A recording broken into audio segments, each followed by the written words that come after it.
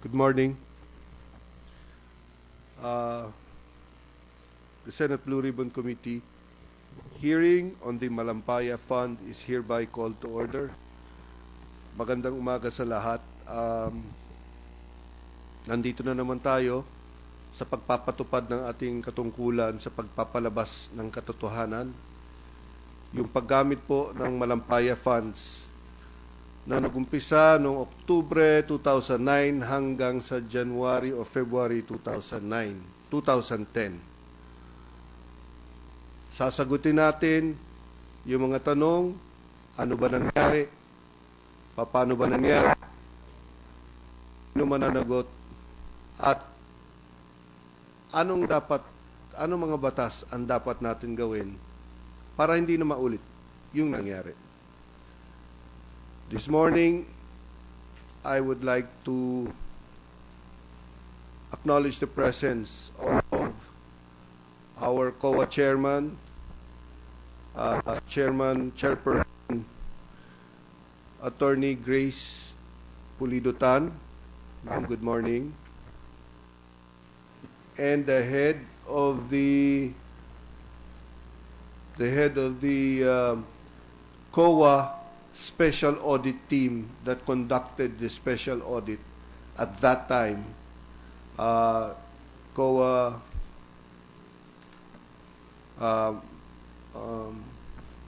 Assistant Commissioner. Director, COA Director Susan Garcia. Good morning, ma'am.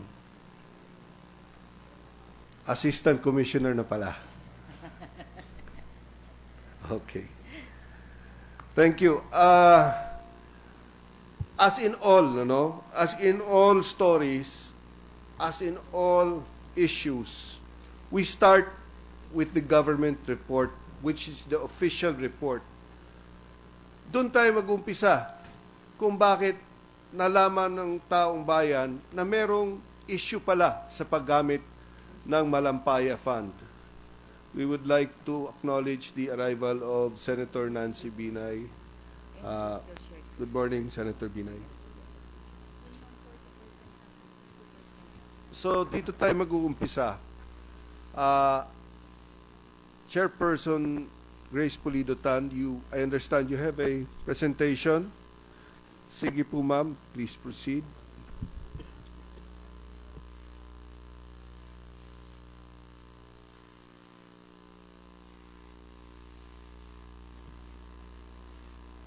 Magandang umaga po sa ating lahat. Ako po ay naririto para gumawa ng presentation tungkol po dun sa aming ginawang audit ng Malampaya Fund. Itong audit po na ito ay sinimulan namin noong November 2011. Scrolling down. Next.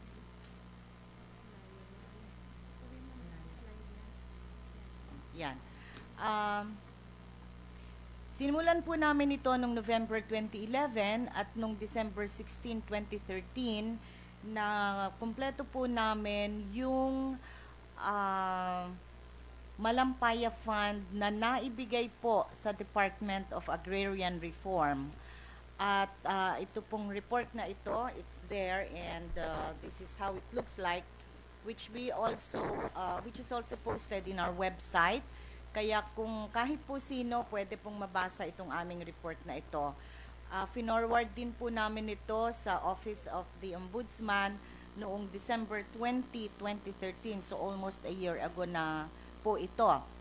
Ang Malampaya Fund, siguro just for a brief background, no? Ang Malampaya Fund na amin pong ino-audit ay yung share ng ating national government from the Camago Malampaya Reservoir. Ito po yung tinatawag nilang natural gas project, which is located in the province of Palawan and covered by Service Contract 38, which was executed between the Government of the Philippines on December 11, 1990 and Occidental Philippines Incorporated and Shell Exploration BV as the service contractors. Nakakapaloob po sa service contract na ito na 60% o 60% po ng net proceeds ng pag-ooperate ng Occidental at Shell nung Camago Malampaya Reservoir, inclusive of taxes, ay mapupunta po sa ating pamahalaan. At itong 60% naman na ito ay paghahatian ng ating national government and the province of Palawan sa takdang 60-40 na ratio, which is in favor of the national government, no? So 60%, nung 60% ang share po ng ating national government at 40% ang dapat mapunta po sa province of Palawan. From January 1, 2002 to June 30, 2013, 173.28 billion na po ang ating nakolekta bilang share, national government share dito sa Malampaya funds na ito. At ang total releases naman, yung pong nailabas out of that 173.28 billion ay 38.83 billion na as of June 30, 2013. Sandali po. Sorry to interrupt, but at this point, I'd like to acknowledge the presence of Senator J.V. Ejercito. Senator J.V., good morning. Mr. Chair, is it possible for us to get a hard copy of the performance, of the report? Yes, certainly, Madam Senator. So hard and soft, ma'am? Apa. Okay, thank you. Please proceed. No, you mean the presentation? Yeah, the soft Yes, copy of the presentation. The hard copy will just print it na lang. Apa. Okay. Mr. Chair, is it possible to get a copy of the presentation now so we can put Do you, original notes para kung Madam may Chair, tanong do you kami? have Yes. hard copy? Yes, we do. Yes. Dadalhin po sa inyo po. Okay. Would you want us to wait for you to get a copy or should I proceed? Hindi na po. Please proceed. Ang mga ahensya po ng gobyerno, I don't know if we can expand that, no? Ang mga ahensya po ng gobyerno na napondohan galing sa Malampaya ay ang mga sumusunod. Ang Department of Agriculture, 5.8 billion na nai-release po sa kanila noong 2008 and 2009. Ang Department of Agrarian Reform, 900 million released in 2009. DOST Pag-asa, 400,000 released in 2009. National Housing Authority, 1.398 billion released in 2009. Department of Health, Department of Public Works and Highways, 7.622 billion released in 2009. Department of Health, 745,926,000 released in 2009. DOTC, 296,331,000 released in 2006 and 2007. Philippine Coast Guard, 50,000 released in 2009. Department of National Defense, 7.456 billion released on various years, 2006, 2009, 2011, and 2012. Department of Interior and Local Government, 2.29 released in 2009 and 2011. National Electrification Administration, 1.922 billion released in 2011 and 2012. National Power Corporation, 6.24 billion released in 2011.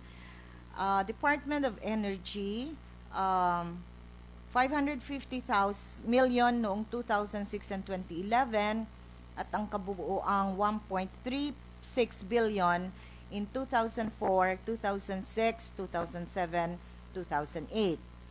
The provincial government of Albay also received 47 million in 2009. The city government of Tabaco received 15 million in 2009. The provincial government of Palawan, 1.782 billion in 2008, and the city government of Puerto Princesa, 270 million in 2008.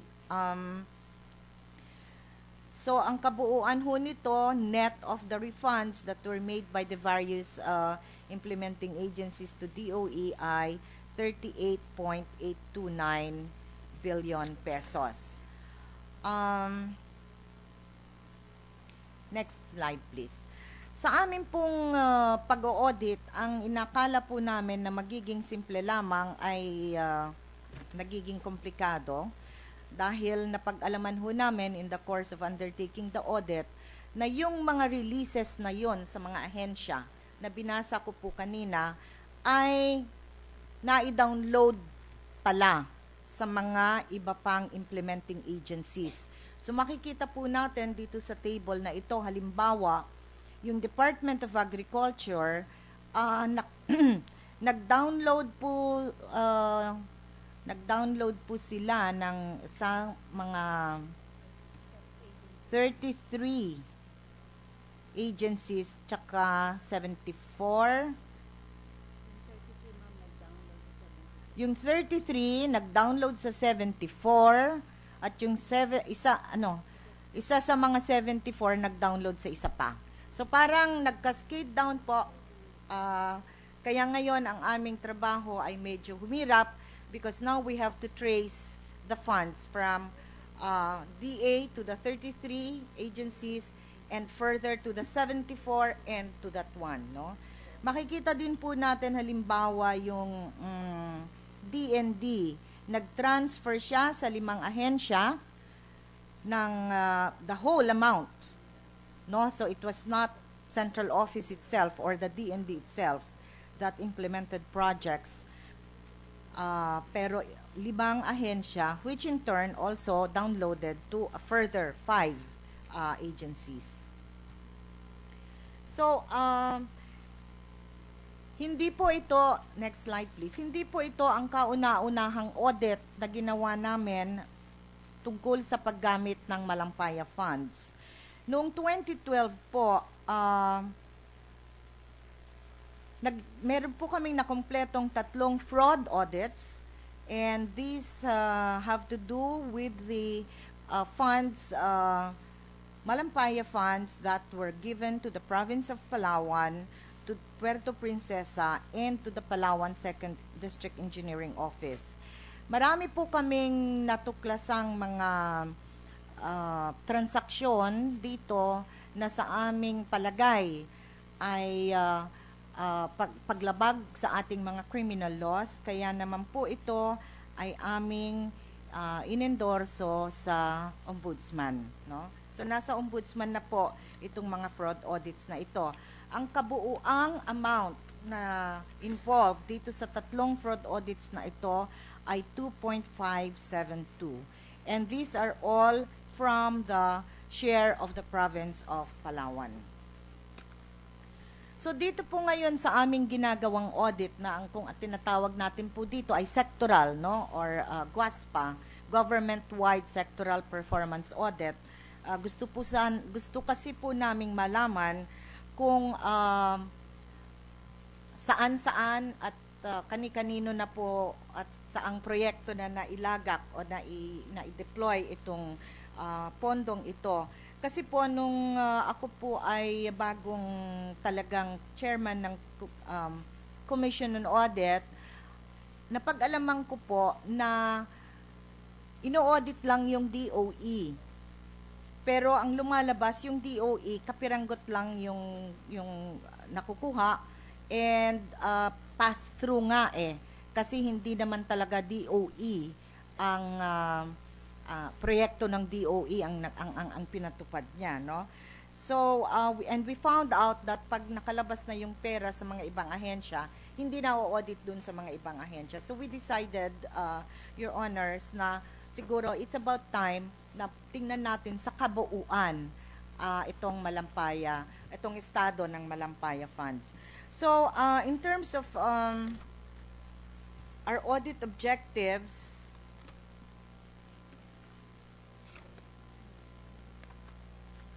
ito po yun. We wanted to determine, at least insofar as the monies released to DAR are concerned, to determine the propriety of DAR's funding request from DBM, yung validity ng utilization ng pondo at saka yung effectiveness ng mga proyektong naka-report dito, no? Can we go back another one, please? Go back, please. And then another one, please. Isa pa, yan. Okay. Sa Malampaya lang po ang ifo-focus po namin ngayon dahil ito po yung nakumpleto na natin, no? So, 900 million po lahat ang naibigay sa DAR. That was in 2009. Iisang saro lang po yon. Nakalista po dyan. At saka iisang notice of cash allocation. Yung saro po ay naaprubahan noong November 19, 2009. At saka yung NCA naman ay nai-release noong December 21, 2009, a few days before Christmas. And the transfer of these funds were approved by the President per the letter dated October 13, 2009 of then Executive Secretary Eduardo Ermita. Just to put things in context, Your Honor, the Oil Exploration and Development Act of 1972, pursuant to which we have this service contract and the Malampaya Fund, is ordained under Presidential Decree number 87. So 1972 pa po itong decree na ito. And the purposes of the fund as mandated by that law is to finance energy resource development and exploration programs and projects of the government. That's one. Second is, quote-unquote, for such other purposes as may thereafter be directed by the President. Significantly, this particular provision of PD 87, PD 910, kasi naamendahan po, was stricken down as unconstitutional by the Supreme Court in the PDAF decision. So, wala na po ngayon itong and such other purposes as may thereafter be directed by the President. So, we now go to the significant audit findings. Ano po ang aming mga natuklasan? Dito sa 900 million na ito, lumalabas po na kaya nagkaroon ng 900 million, kaya narilisan ng DBM ng 900 million ang DAR ay dahil umano sa request for funding ng mga mayors, 97 of them, for financial assistance to farmers allegedly affected by Ondoy and Pepeng. Sa amin pong audit, 67 doon sa 97 na mayors na ito denied that they ever signed these letter requests. They denied their signatures. 4 of the mayors confirmed they signed, but they denied having participated in any of the reported transactions. Samantalang, 26 naman po na mayors ang hindi sumagot sa aming request for confirmation. Napag-alaman din po namin na itong mga letter requests na ito ay hindi isinabmit ng mga mayors mismo sa DAR, kung hindi nung mga NGOs na kung saan rinilis directly ang pondo. 12 po itong NGOs na ito. But I will go to that later. Isa pa pong very significant na nakita namin sa aming audit, yung mga letter requests, even if we were to assume that these were all genuine, ay pinadala sa DAR pagkatapos na, at a date after na sinabmit ng DAR yung request for funding sa DBM. In other words, nauna po yung funding request ng DAR sa DBM kesa dun sa mga supposedly letters from the 97 mayors. The funding request to DBM was made on October 22, 2009. Pero meron pong 27 lamang na letter requests purportedly from the mayors na natanggap ng DAR from October 19 to 21. All the other requests were received by DAR from October 22 to November 8. So, doon sa 27 letter requests na di umano'y natanggap ng DAR from October 19 to 21, ay wala din pong katiyakan kung natanggap nga nila ng mga dates na yon dahil wala po kaming makita the usual proof of receipt sa records po ng DAR. Okay. Number 3, significant findings. Ganun pa man, lumalabas na wala pong validation at all na ginawa ang DAR tungkol sa mga requests ng mga 97 mayors na ito. In other words, walang vetting process. Hindi na po nila tiningnan kung yung funding request na yon ay naaayon ba o talaga bang meron silang pangangailangan at kung to what extent, no? Bakit po namin sinasabi yon? Kasi makita natin dun sa una, yung 27 letter requests na tanggap ng October 19 to 21. Ang funding request na ibigay sa DBM noong October 22. So, sabihin na natin genuine nga yung mga yon. Sa 3 araw, October 19 to 21, may kakayahan ho kaya ang DAR na i-validate considering na yung mga mayors supposedly na nag-request ay puro mga outside of Metro Manila. Most of them are from Region 1, Region 2, and a sprinkling of Region 3 in Luzon. Okay? Gayunpaman, yung 70 other requests, kasi 97 and not 27 daw, were made between October 19 and 21, and then the rest of the requests, 70 of them, were made after October 21. By the time nasa DBM na po yung funding request, no, ay siguro naman siguradong hindi na po nila na-validate yun. Kasi hindi pa man natatanggap yung request, nandun na, nakakasana yung request sa DBM. And to reiterate, these letter requests were submitted by the NGOs. Karaniwan ho kasi sa DAR, there are always field reports. Kasi nationwide po ang DAR, marami po silang field offices at bine-verify ng kanilang maro, paro, ganon, at ini-endorse kung lehitimo yung request o hindi. Pero dito, wala rin po kaming nakita ni isang endorsement from the field offices. So you're saying, ma'am, DAR as a regular practice issues field reports for anything? Opo, lalo na po pag sa mga ganito because these are purportedly to assist the farmer beneficiaries na nasiraan o nasalanta ng ondoy at pepeng. So usually po yung mga ganyan nag-originate sa field kasi sila yung nandun eh. And sila po yung, apo. In this case, None. zero, wala. Okay, Wala please po. proceed. Next, significant audit finding. Yung SARO nakita po natin kanina na-issue yung na-issue noong November 19, 2009, no? Pero from November 10 to 17, so before November 19, meron na pong mga memorandum of agreements na na-enter ang DAR at saka yung 12 na NGOs, no?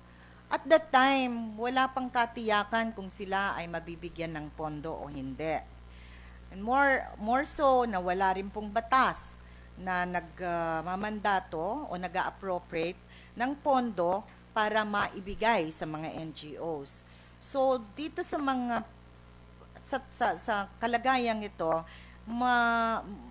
maliwanag po yung paglabag sa PD number 1445, that is the State Auditing Code of the Philippines, no, prohibiting any government agency from entering into a contract unless funds have been made available and authorized or appropriated for the purpose.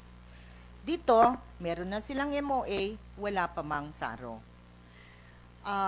Pangalawa, yung pong mga NGOs ay hindi po nila pinili through through public or negotiated bidding. Kung hindi, sila na mismo yung nagpresenta. At ang mga endorsers dito, di umano, ay yung mga 97 mayors. But as we said earlier, the 67 of those 97 mayors denied that they ever wrote those letters. Napansin po din namin na yung 97 na Memorandum of Agreement na yon ay ninotaryohan ng 3 notaries public lamang. No? Samantalang yung mga funding, independent audit report ng NGO o kaya yung fund utilization report ay napirmahan lamang po ng 4 na CPA. So, sa madalit sabi, yung 3 notaryo publiko na yon naka-corner ng 97 na kliyente at yung 4 na CPA naka-corner din ng 97 na kliyente. Lumalabas pong ganon, no? Samantalang, if you will look at all this, now we are going to show you sino itong mga NGO na ito, ilan ang kanilang quote-unquote proyekto, anong dates at saka magkano kada proyekto. So first, the karangyaan para sa Magbubukid Foundation, siyam na memorandum of agreement. Dito po sa mga bayan na ito, makikita natin, these are all in Region 1, 2, CAR and Region 2 and Region 3, no? 82.5 million pesos po ang naibigay dito sa agency na ito. By the way, I would also like to state that the releases of funds were not made to the mayors. They were made directly by DAR to the NGOs. So they never passed through the LGUs at all? No, sir. We did not see any trail or paper, any record that they And did. it's significant to note that mukhang pare-parehong amount, 10 million. Sir, we will go to that. May rason po. Bakit ganon, ano? Yung susunod na NGO, itong Gintong Pangkabuhayan Foundation, siyam din ang kanyang kontrata. Ito po yung mga mga bayan at mapapansin natin Region 2, CAR and Region 3 na naman. 82.5 din po. Next is Kaupdanan para sa Mangunguma Foundation. 8 naman ang kanyang kontrata and a total of 75 million pesos. What's also significant there is Kaupdanan para sa Mangunguma. That's an Ilonggo foundation. What's it doing in Luzon. Region 1? Yes, sir. Okay, thank you. Next, Kasaganahan para sa Magsasaka Foundation. 8 din po ito. Total, 75 million. Ito pong isa, Bisaya din. Dalangpan sang Among Utod kag Kasimanwa Foundation.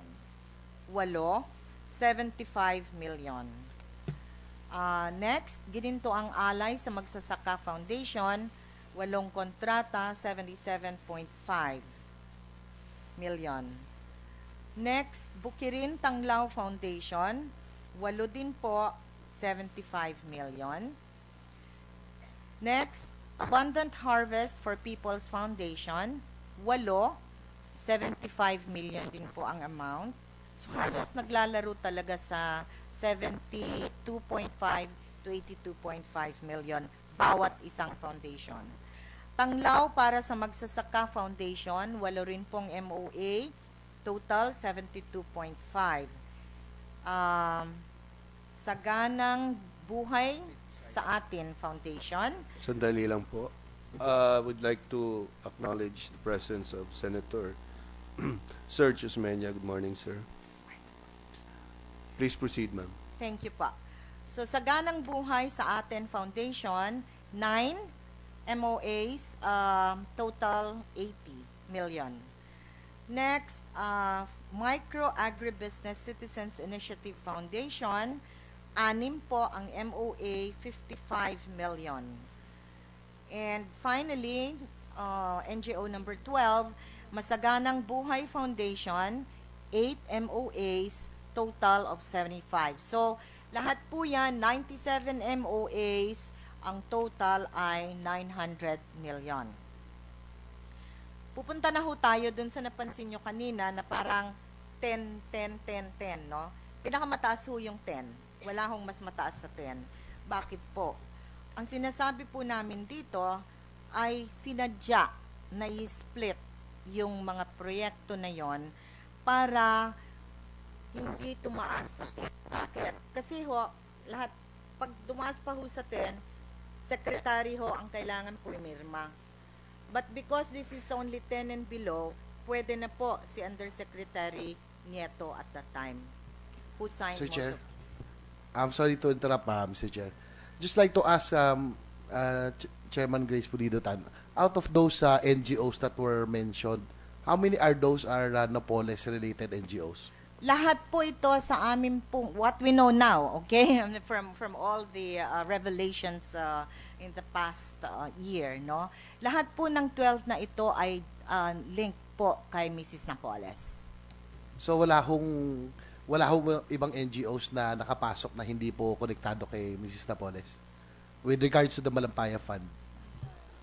So all Dito are sa DAR po. Apo. Sa DAR po. Sa DAR, apo. Thank you, Mr. Chair. So ang amin po kasi dito, our take on this is that it was not really justified for them to split, to have 97 MOAs. They just did it per LGU.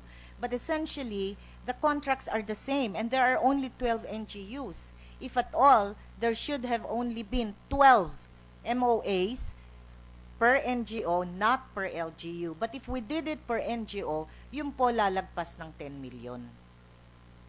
Kaya po sa aming palagay, sa aming pong pagsusuri, ito po ang lumilitaw na rason kung bakit ganito ang naging sistema. Sa amin din pong paghahanap at pagva-validate ng mga NGOs na ito, kagaya po ng mga naunang na-report na namin, karamihan po sa kanila, if not all, are unknown or cannot be located at their given addresses. At kung nahanap man po namin, ay hindi naman po opisina, kundi bahay, kantin, o kaya wala talagang nag-ooperate doon sa premises na yon. And none of them, kasi ginagawa din po namin sa audit, none of them confirmed their transactions. 6 have been validated to be without any business permits from the LGU where they're supposed to be transacting business. And also that some have been using ORs and other documents that are not legally printed or issued. No? Another significant Sandali lang po. Sandali lang po. Excuse me. Senator Binay. So, Chairman Pulido-Tan, out of the 12 NGOs, ni isa ho hindi niya nahanap ang office address? Not even one? Meron. Meron, pero kantina.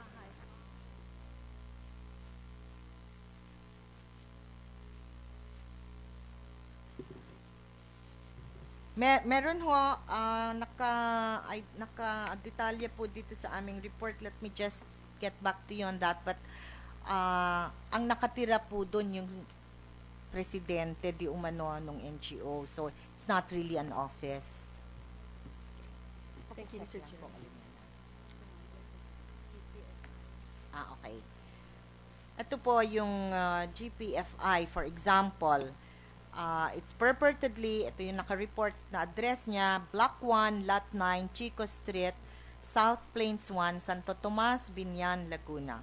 Nung pinuntahan po ng aming team, ito po ay isang residential house na ang nakatira, it's being occupied by the declared NGO president. Yung mga residente po, the neighbors whom we interviewed, denied naman having any knowledge na, oy, meron palang opisina dyan. Di po nila alam na may opisina dyan, much more an NGO. So, yun po ang isang example. The other one is KMFI, ganun din. Block 24, Lot 10, Phase 3, Rosal Street, T.S. Cruz, Almanza, Las Piñas. Nung pinuntahan po namin, it's a residential house occupied by an NGO officer. Tapos meron po siyang isang address pa na binigay, Block 22 naman, no? It was a vacant lot and we put in the pictures also in our report. So ganun po ang naging kwento. Yung isa pa, yung KPSMFI 1C Basilio Street, Barangay Damayan, San Francisco del Monte, Quezon City. Ito po ay isang bahay being occupied by a person who did not appear to be related at all to any NGO official or employee. At yung sinasabi po nilang NGO at mga officials nito were unknown at this given address.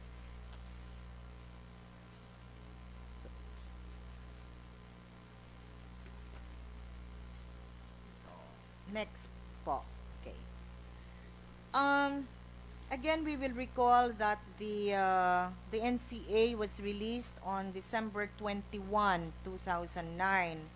Pero bago pa man natanggap ng DAR yun, may mga releases na po sila.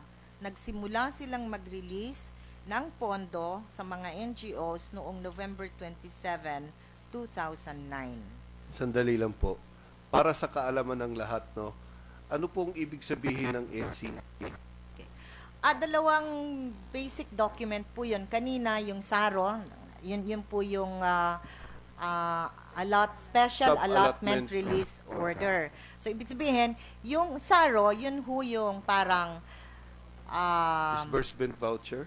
Parang sinasabi ng DBM, eto na, may pondo na kayo, popondohan na namin yan. Pero May pondo ng tinabi para sa inyo. Opo. Pero wala pa sa ahensya. Wala pa. Wala po. Okay. Yung NCA, Notice of Cash Allocation. Notice of Cash Allocation. Doon lang po magkakaroon ng cash. So, ibig sabihin yung NCA parang cheque yun. Opo. Or cash talaga bibigay na sa'yo. Usually, it's released through the BTR. At Yung Bureau of Treasury. Treasury. Or linalagay sa kanilang pondo sa Land Bank. Okay. Opo. So, anong nangyari dito? Bago nagkaroon ng pera, nareleasean na ng pera. Opo. Yung kasi, mga NGOs. Opo. Kasi So, presumably, nakuha somewhere else ang pera. Kasi wala pa yung cash sa DAR, sa DAR. Opo. Or sa ibang pondo po ng DAR. Ng DAR. For Doon other kinuha. purposes doon Okay. po kinuha. Thank So, November you. 27 up to January 4, 2010, yun ho ang period ng mga releases. Pero yung NCA nga, yung cash, yung pera na ibigay lamang sa DAR noong December 21, 2009. Tapos ho, wala pong mga liquidasyon nito. Meron lang i-record ang DAR na liquidation noong 2010. Pero, recording lang po ng liquidation. Yung mga liquidation documents, kumbaga, ay deficient po. Kulang-kulang. I mean, maraming kakulangan. No? Napansin din po namin na may mga cheque na inisyu sa 4 na NGOs, no? Pero nakadeposito lang ito sa 2 bank accounts. Saan na yun?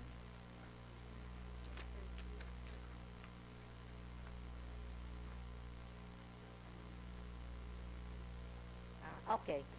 Yung pong KPMFI at saka GPFI, 2 foundation, 2 NGOs, no?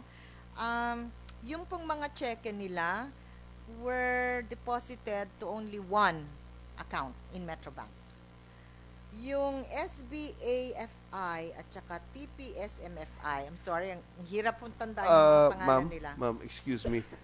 Di ba pagka bank account, nasa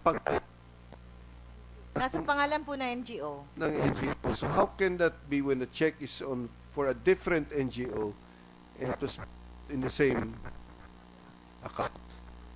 I know you're not the one in charge of that, but were you able to unearth why? Bakit? Ay, hindi po kasi namin makocompel yung bangko na because it's a private entity, wala kaming jurisdiction. Understood po. Yes, but we were able to trace the account, and that is only one account. And there are two other NGOs, SBAFI and Sandali lang. TPSMFI. Senator Binay is recognized. Mr. Chair, di ba technically nung binayaran sila ng DAR, dapat pay to dun sa pangalan ng foundation. And we have a yung gobyerno ho ay may kopya nung cheque na yon. Hindi niyo ho nahingi sa DBM or sa DAR. Meron po kami. Kaya nga po doon namin na-trace na doon sa account na ito Hindi, nakadeposit. pero ano nakasulat ho dun sa cheque? Apparently, it's not the name of the foundation. It is the name of the foundation. But the bank account is not same. It's not the Yeah. foundation. Well, I think that we can all talk from personal experience. Sometimes, you know, if the bank, you're very familiar with your bank, you're a valued client of the bank, and you can say that, oh, pag ganitong pangalan sa akin din yan, you can put it in this account. It happens. Or sometimes, merong endorsement sa likod para ilalagay doon. But I suppose the bank will be in the best position to answer that. But again, as I say, these are only from my own personal knowledge, experiences na nangyayari po talaga yun.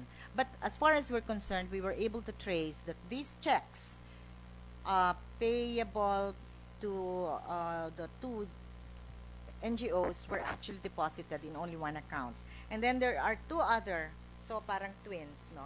SBAFI and TPSMFI naman, one account din lang sa Metrobank din po.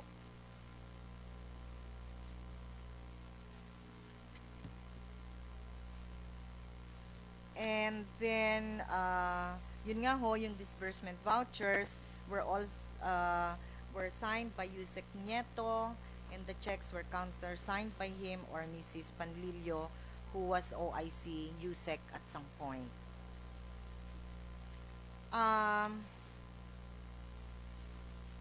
Noon hong tinanong namin si Undersecretary Nieto, sinagot naman po kami, maski wala na po siya sa DAR.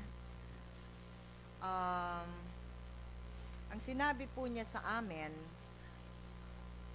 unang-una, he mentioned, and these are all on record, Your Honor, kasi written po ito, no?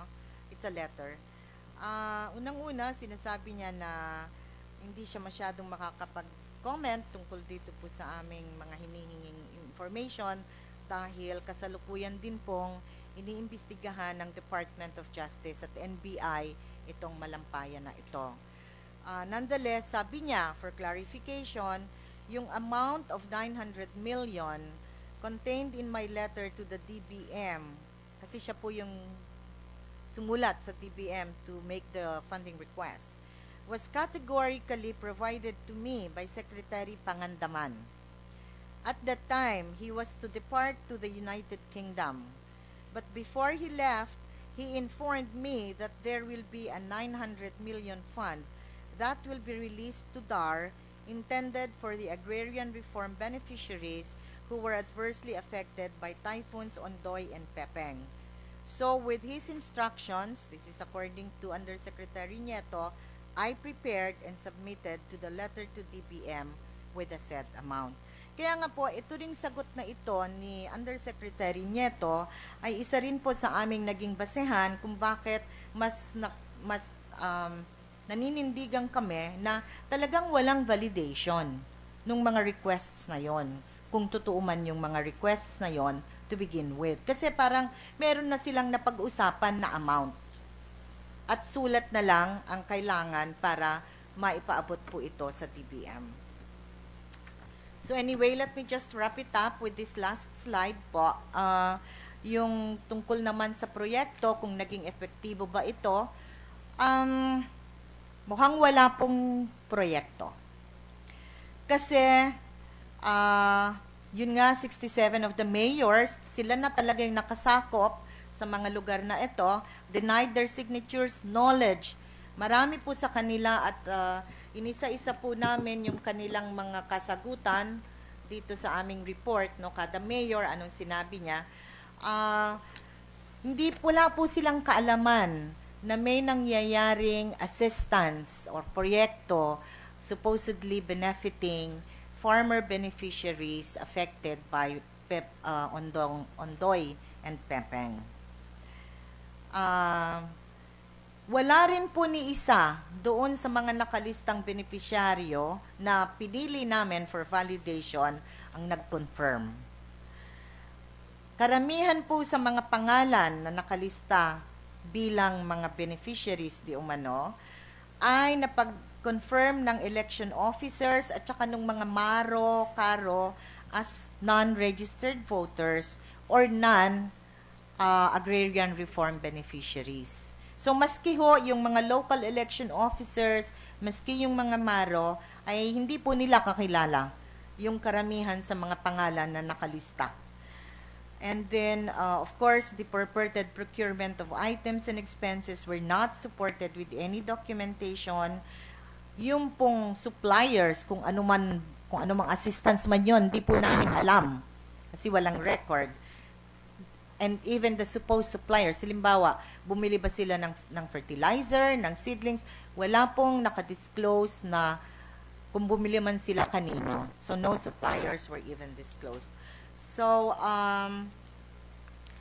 I would just like to close by saying that since there are so many agencies involved at nanganak pa yung iba, medyo nahihirapan kami. Ang amin hong timetable ay ngayong end of 2014 matatapos kami, pero it looks like Susan was just telling me, Ma'am, can you give us an extension kasi talagang gipit sa oras. But in any event, we already completed the audit of DOST Pag-asa and the NHA and DA with 2 attached agencies and 1 municipality.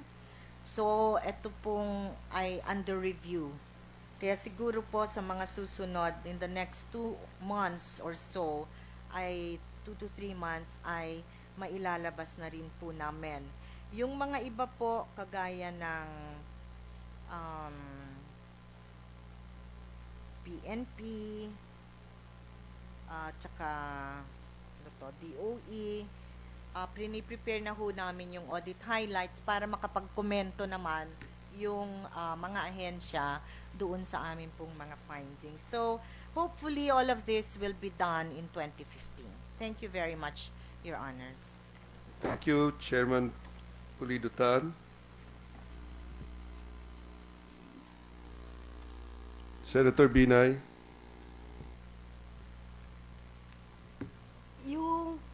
Yung di ba sinabi niyo tapos na ho yung DA, DOST, and NHA. Ilalabas yun na ho ba yan within this year or January next year? Ma'am, mahirap po siguro this year. Baka ho January or February kasi po rini-review ho namin ng masinsinan. But yes, we have finished. In respect of DA, it's only actually a DA and two attached agencies of the DA and 1 municipality. All others ho, ang dami ho kasi no?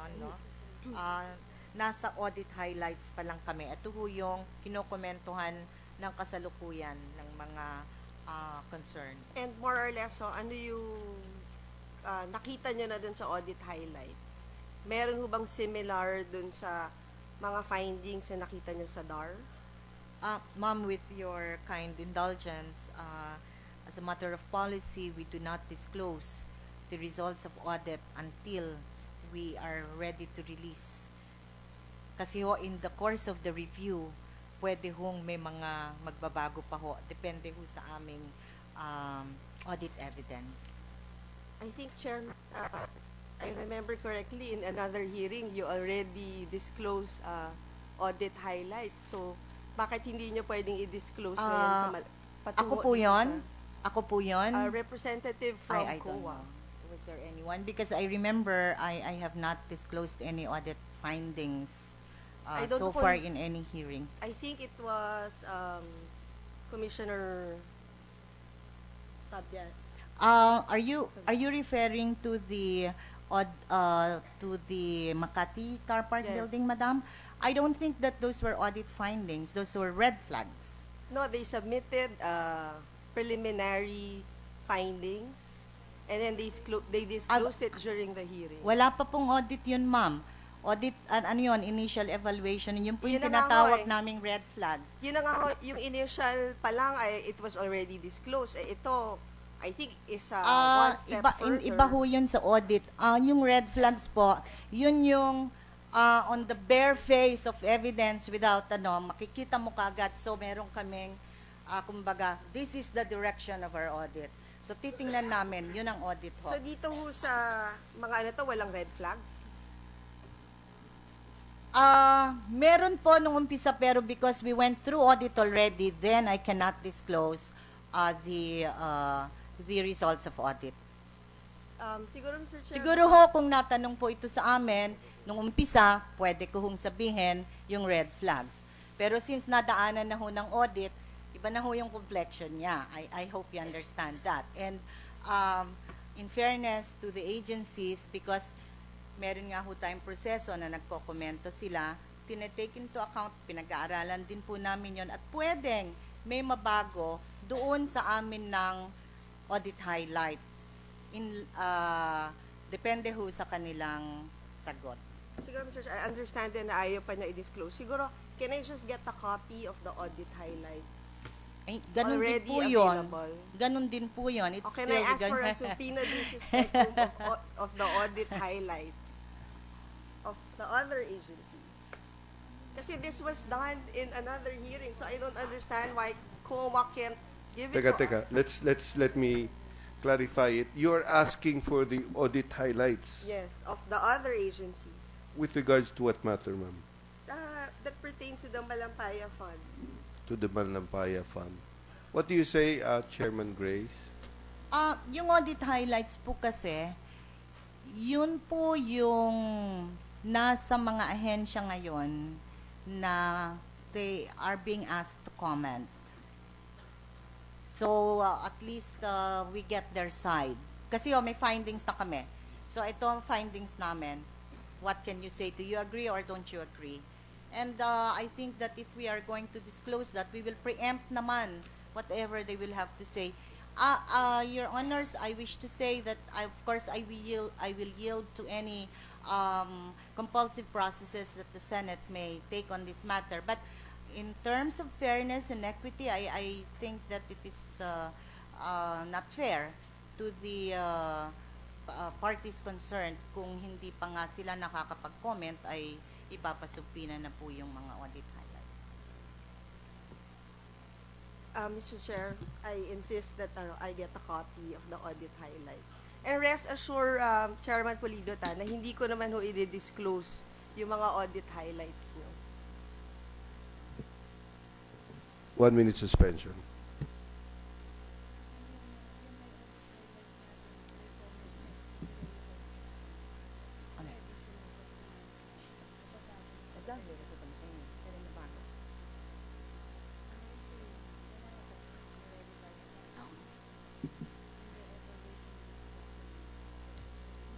Okay, the request of Senator Binay is for subpoena of the audit highlights. I will take it into consideration and I will make a ruling on the matter at some appropriate time after I've thoroughly assessed all the issues on the matter. Thank you. Thank you, Mr. Chair. Itong audit na ginagawa niya is composed of 21 staff, tama ho ba? 21 lang ba?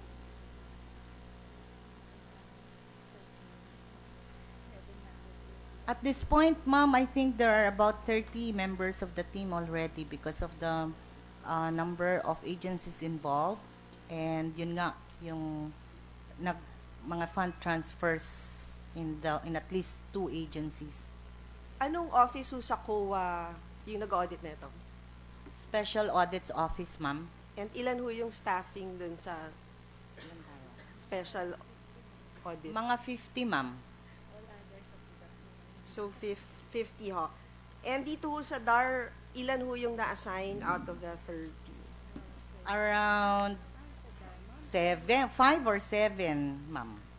I think. And with the other agencies ho, like for example, DND, ilan ho yung inassign niyo Ma'am, for DND? sa konti nila, talagang tulungan na ho ito. Hindi ho namin pwedeng sabihin, ito, dito ko lang sa ahensya na to. Kasi for instance, dun sa Philippine Coast Guard, 50,000 lang yun eh. I'm sorry, 50 million lang yon. So, compare it with another, DOST Pag-asa is only 400 million. So, pwedeng isa lang o dalawa magtutulungan na silang. Ganun ho yun eh.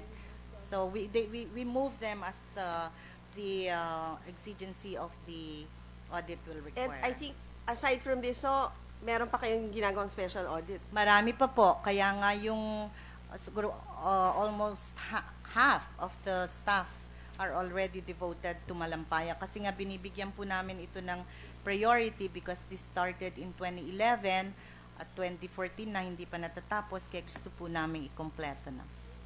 Tapos kanina ho, nabanggit nyo na parang lahat ng pondo dumaan sa DOE. And then from DOE, nilipat ho siya sa DAR and the other implementing agencies. Ganun ho ba yung flow of money or yung flow ng mga proyekto? Hindi po. So, Galing. Hindi po. Mag-umpisa tayo, di ba? We're talking about 38 billion. Yes. Ang DOE, ang natanggap lang niya was something like less than 3 billion. 1.8, it was in the list. Yung napunta sa DAR, as I said, there was a SAR, came from DBM, ma'am. So yung Diretso po. so parang ginawa ng DBM, yung 38 billion per different agencies, hindi niya pinadaan lahat sa DOE, tapos from DOE tsaka nilipat doon sa Hindi iba-ibang po, hindi po agencies. ganon. But kanina may isang slide ho kayo na pinakita, I think DA ba yon? Na parang from one agency, nalipat siya to From another. DA, yung DA ho mismo, natanggap muna niya, tapos DA mismo ang naglipat sa 33 agencies under it, no? Tapos yung 33 agencies naman na ito, meron na naman pinaglagakan na 74 implementing agencies. Within the same agency ha? Attached agencies po. So hindi ho siya nangyari na parang DA nilipat sa DILG. Hindi ho ganun yung paglipat ng- Hindi, wala So pa with- po kaming nakikitang ganon so far. So within the agency. Yeah. Yung mga regional field units nila, ganon, and attached agencies. Eh yung sa DA pa lang ho yung gano'n na nakita nyo. And may isa pa ho kayo nabanggit na Yes, ibang ma'am. agencies. DOH, merong 18 and I think 6 or 7 of them are hospitals. Linipat po sa hospitals. Yung DPWH, meron din 5. Usually yata sa mga regional offices nila ito. DND ganun din. Command centers naman po nila yan. And then yung DILG, 18. So Chairman, lumalabas ho, yung pondo for Malampaya was not really used for any energy-related projects. Tama ho ba? Kasi katulad ng DOH, parang nabanggit nyo sa ospital siya binigay. So far, ma'am, I think from the nature of the agency alone, that is a red flag, by the way. Wala pa ho tayong audit, pero from the circumstances, you can already make some kind of a conclusion that you may want to pursue. It looks like if we look at these agencies, siguro meron lang hong energy related dyan, yung DOST Pag-asa, yung NEA, but we're not even sure that they were in fact employed to energy related projects. No? Just to give you a flavor, for example, ma'am, doon sa gusto niya. Sa NEA, ang naka-report na project is sitio electrification projects. Siguro naman energy yun, ano? Pero sa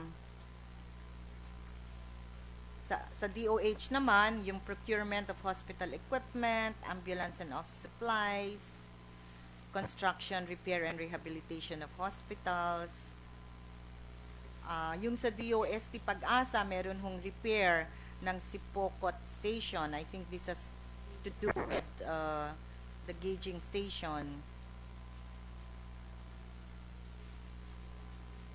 Marami po dito yung mga sa unang tingin, mukhang hindi talaga energy related. But remember that at the time also, meron din provision yung PD 910 na nagbibigay kapangyarihan sa presidente na mag-designate on such other purposes as the president may thereafter direct. But which, as I said, was stricken down as unconstitutional by the Supreme Court last year in the PDAF cases.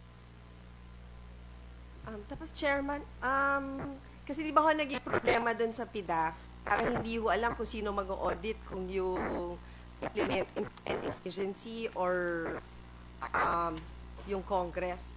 Pagdating po dito sa Malampaya, may ganung problema din ho ba? Wala po kaming nakitang problema ganun.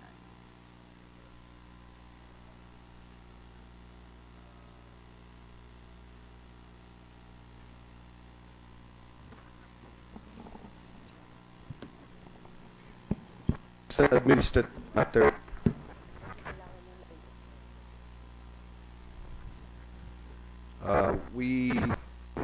The COMSEC has informed us that hindi pa oath. So, COMSEC, please take on your oath.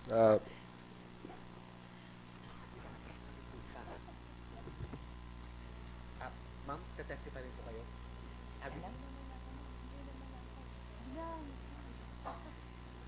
Do you solemnly swear that what you have testified to is the truth and will continue to tell the truth in this investigation? Thank you. Please sit down.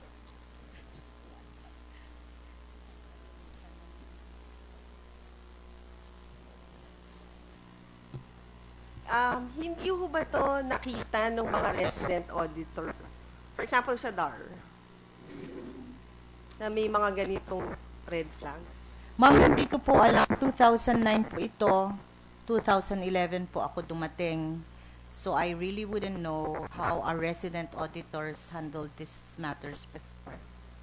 But in the course of your investigation, hindi We are not investigating our auditors at this time, ma'am, because we're focusing on the investigation of the agencies and use of the funds. Maybe at the appropriate time we will find out, ma'am. Thank you, Mr. Chair. I will yield.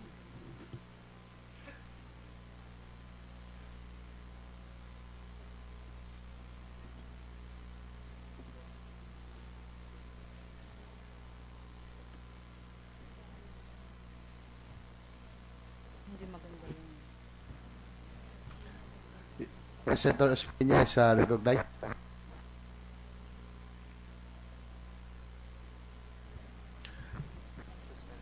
Yes, session suspended.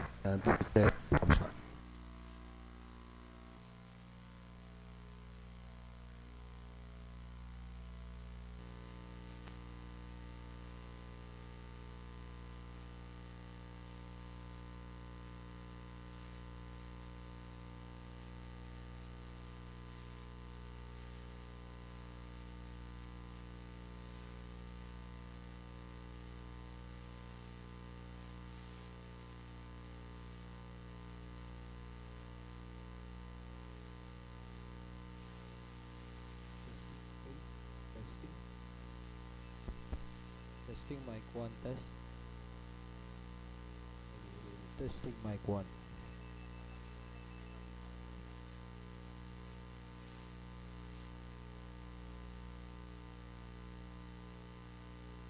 Testing, hey.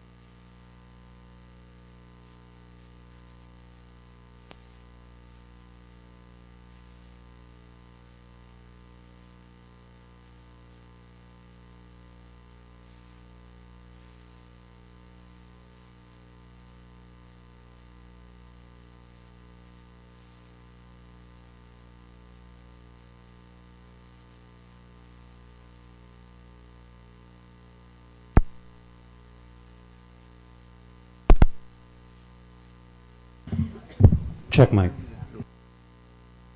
Check mic.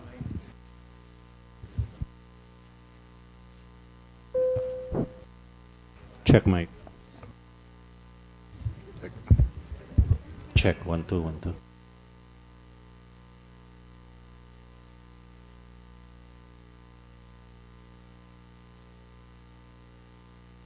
One. Okay. Are we okay? We're back to the old.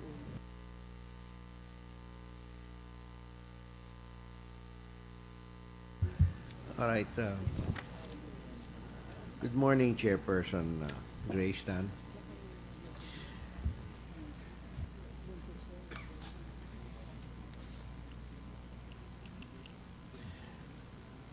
Ang ginawa po ninyo is gumawa kayo ng special audit para sa releases from the Malampaya Fund to the Department of Agrarian Reform. Yung 900 million lang.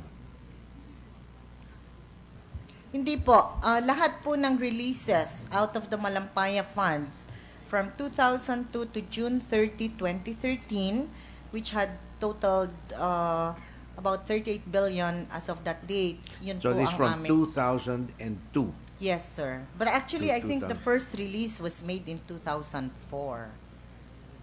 All right. Ngayon po, the Department of Agriculture received 5.8 billion. Wala bang red flags doon? Sir, marami po. Marami Sir, opo. Pero ayun nga, as I was explaining to the Honorable Nancy Binay kanina, nadaanan na po ito ng audit namin, kaya hindi na po namin i-discuss. I can yung red understand flags, that, yes. but there were red flags. Yes, sir, definitely. And yung 7.6 billion sa DPWH, may red flags rin yun. Opo. Sa DPWH, DPWH. 7.6, yeah. Yes, sir. Pardon? Yes, sir. Yes. Yung sa DILG, 2.3 billion. Meron. Ano ba sa DILG? Oo. Hindi, teka muna nasa. Sir, sandali lang po.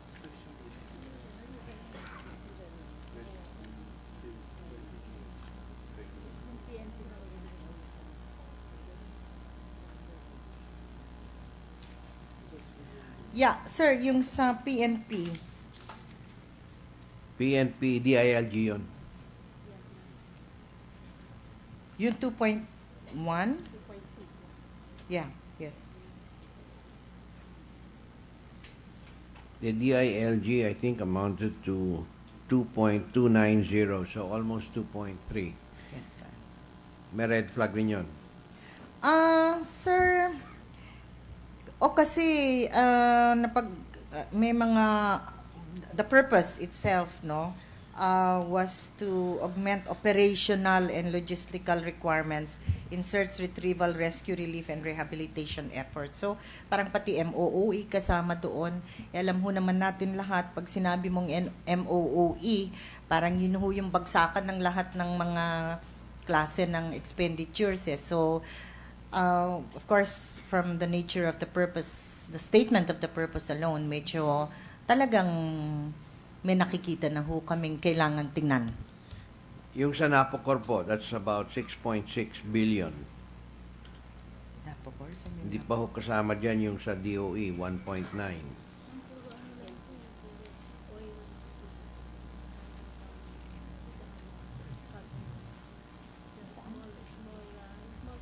Itong NPC. Okay. Full.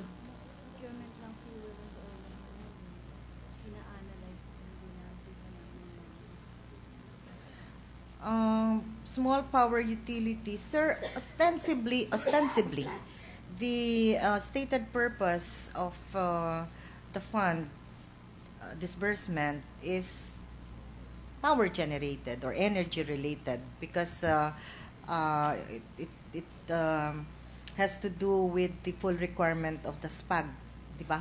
Yeah, Small Power Utilities Group ito Oo, pero nung simula na ho kaming tumingin, may mga nakita na rin naman ho kami na but because nadaanan na natin sa audit, I will not be able to disclose Kaya them lahat now. ng mga audit na ito, sabi mo, it'll take another 2 months. Is that 2 months merely for the DAR or sa lahat ho? Sir, over a period of 1 year for 2015, may mga mailalabas ho kami in the first quarter, saan yun?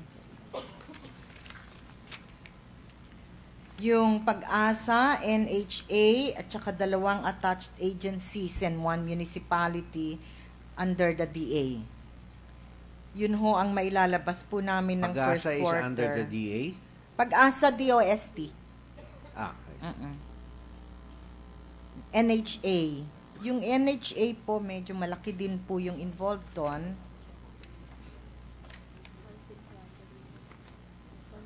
1.4 billion. Also released in Okay. 2009.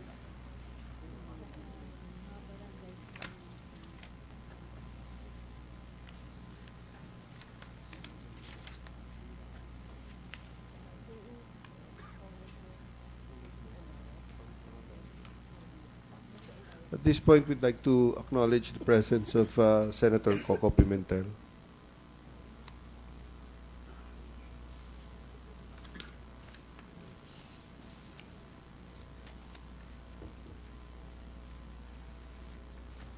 Mukhang lahat na itong mga... I'll go back to the DAR, Chairperson. Yep, opo. Everything seems to be limited to regions 1, 2, CAR, and 3. Yes, sir. Bakit ho ganun? I'm not saying you know the reason for that, but wala ho kayo nakita na nakapagbigay rin sila sa Regions 4, Region 5, Region 6, Region 7, ganon? Wala po. Saan ba tumamang ang Toyot Pepe?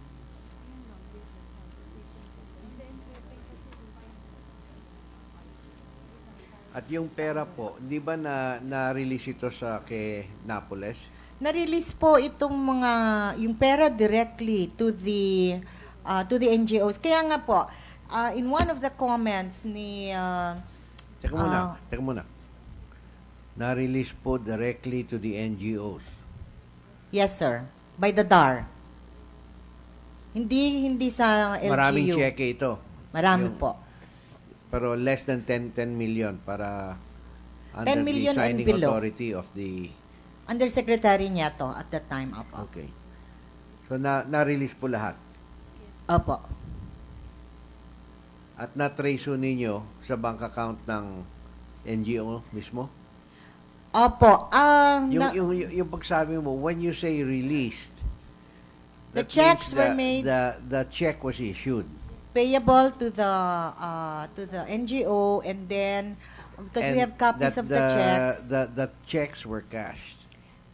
Yes, sir. Kasi may kopya po kami ng mga return checks. Just bear with me. Yes, sir. So the checks were indeed cashed. Yes. And they were cashed in the different accounts of the NGO. Yes, sir. Galing ho doon, hindi ninyo na-trace kung kanina ho binayaran ng NGO yan. Ay, hindi na po. Hanggang Hindi ba NGO. kailangan ho mag-present ng liquidation ang NGO na yan? Opo. Meron namang kaming nakitang konting compliance from the DAR, but we don't know if these are really Anong authentic. ibig sabihin ng konting compliance? Sir, kasi yung documentary report, yung mga reportorial requirements, we...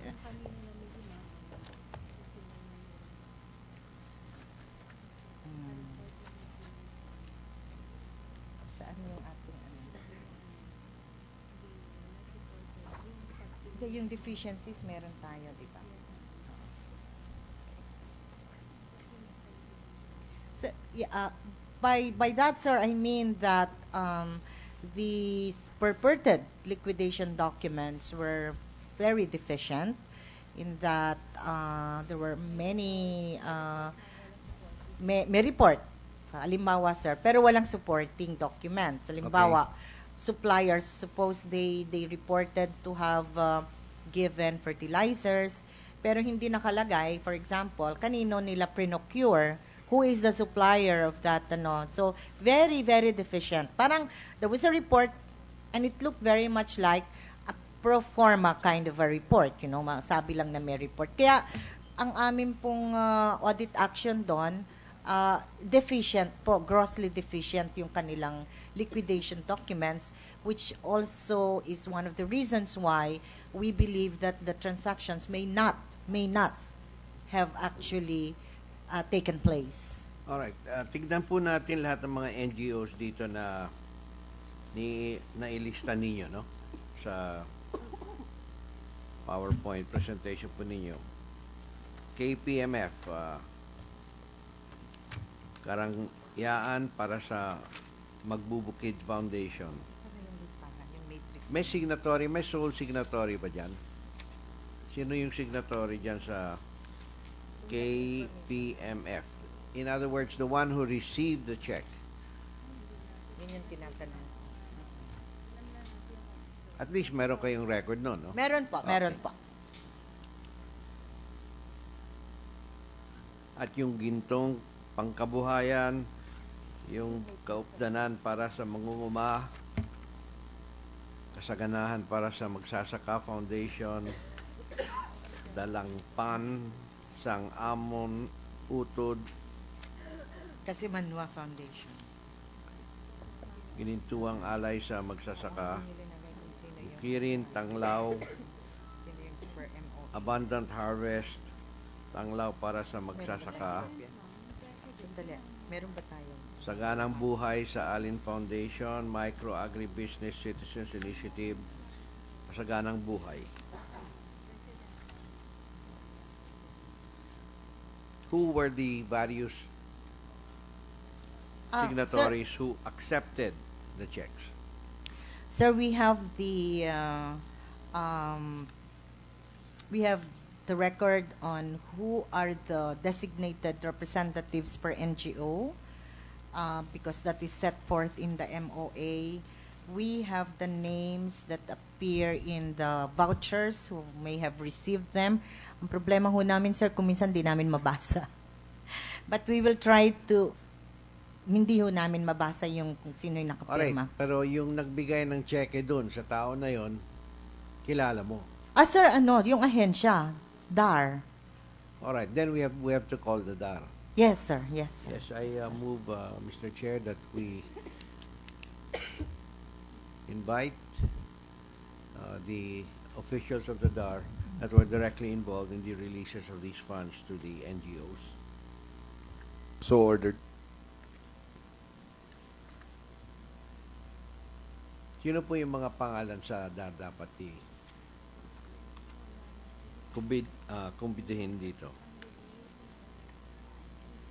Yes, ma'am. Who are the officials that we should call so that we can complete the picture? Sir, we have Undersecretary Nieto, but who's not with the DAR anymore. Assistant Secretary, Tess Panlilio, who I think is not. Wala na rin po siya. Wala na rin po siya sa DAR from our information. And lower employees and officials from the accounting and finance, we will be able to give you their names, Your Honor. Now, when you see something like this, na pinaghati-hatian para hindi sumobra sa 10 million pesos Yes, sir. for one town. Although yung foundation pwede tumanggap ng 75, 77 million, mukhang regulated na ito, no? Is there something in your rules which says that this type of financial arrangement are indicative of fraud? Sir, I think in the Anti-Graft and Corrupt Practices Act meron. On the part of the COA, we can only do the civil aspect of it. We can only address the civil aspect of it, which we do by issuing notices of disallowance. So, pinapasoli namin yung pera.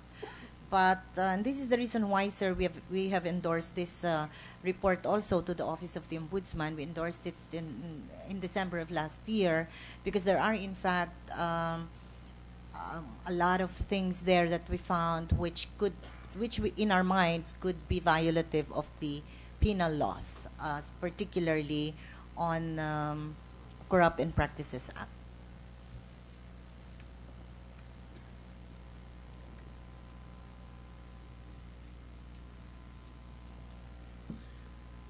Now, the mere fact na hindi rehistrado o walang address yung mga NGOs na ito, did you confirm whether itong mga NGOs na ito ginamit rin dun sa kabilang yung inimbestiga namin yung 10 billion peso PDAF? Hindi po. Hindi po. These are different NGOs. Different NGOs. Anong commonalities nito mga NGOs na ito? Did they have the same organizer, the same address? Sir, I'm sorry. Are there any commonalities between the NGOs, the 12 NGOs na mentioned dito? Did they have the same address or the same bank account or the same... Meron po kami ditong na-identify dito lang sa 12 na ito. There are two sets of two NGOs which have a common bank account. I mean, we suppose because the checks that were payable to each of the pairs ended up in only one bank account in Metrobank. Okay. That's on, I think that we set that forth on page 38 of our report, sir. Yeah. Ano pa?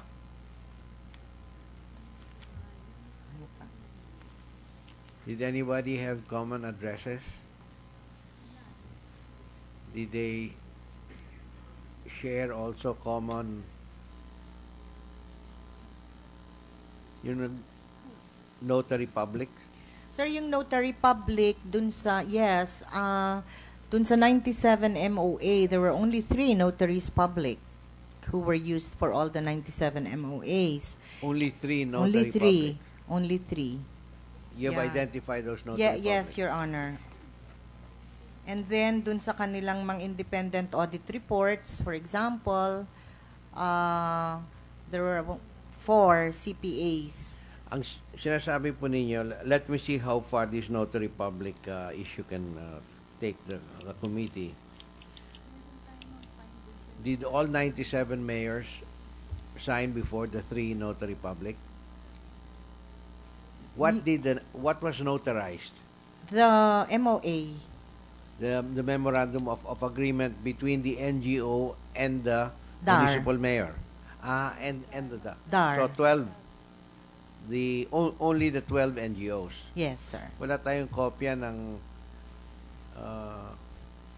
MOA between the NGO and the municipalities. May pumirma dito yung mga mayor, di ba?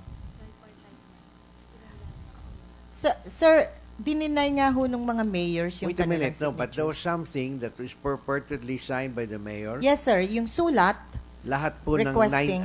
all 97 mayors wrote letters of request. yes, 97.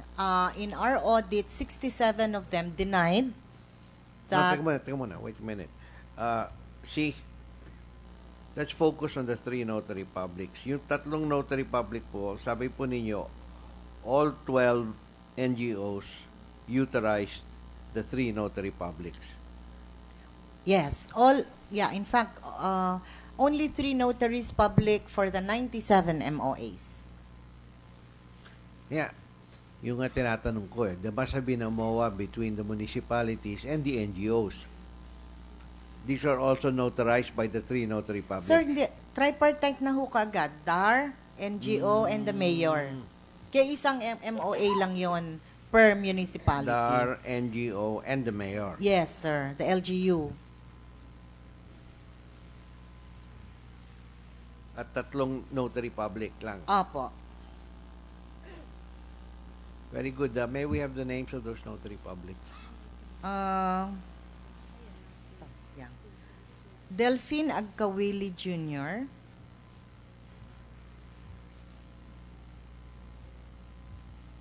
Editha Talabok, Editha P. Talabok, and Mark S. Oliveros. And you have their addresses, ma'am? Sure, wala po. Yung PTR number lang nila, kaya lang, dinideny din nung LG yung authenticity ng PTR number. So, masking yung Notary Public, peke?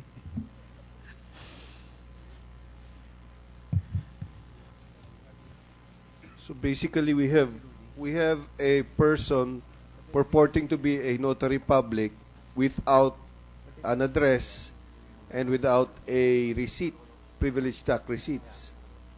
Am I correct? Meron pong PTR. Hindi, pero totoong PTR. Yun ho ang hindi po namin ma-establish pa. Hindi Kasi- ma-establish, Doc. Yeah, Bakit po? Because the concerned LGU, the one that issued the PTR, did not reply to our confirmation. Did Kasi not reply. nag-request po kami. Because for example, in the case of Mark Oliveros, we were able to identify the PTR number because it appears in the document, and purportedly it was issued on February 7, 2008, but he was notarizing documents in 2008 and 2009. So, I don't know, is there a 3-year period for the commission of a notary? Probably, siguro, kaya ganon. But anyway, we did go to the LGU that issued his PTR, pero hindi naman po kami sinagot. Naman? Senator Pimentel. Yes, sir. Does the document indicate the jurisdiction of the notary public, ma'am? Sir, Yun po, doon natin para- hanapin.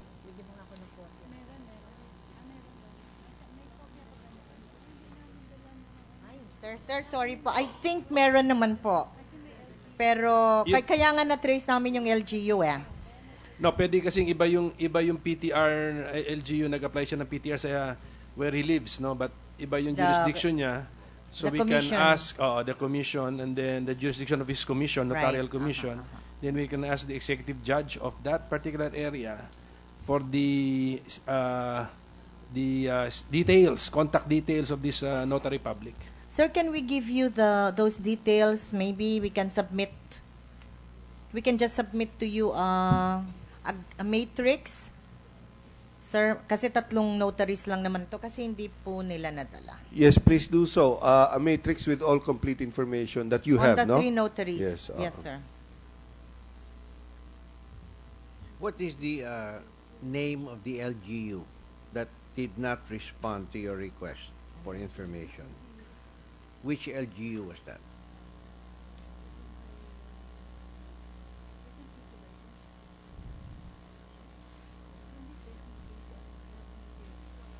Taguig. Sir. Taguig? Yeah. Taguig. City governments of Taguig and Pasig. Taguig is the LGU that did not respond to you insofar as Mark Oliveros PTR was concerned.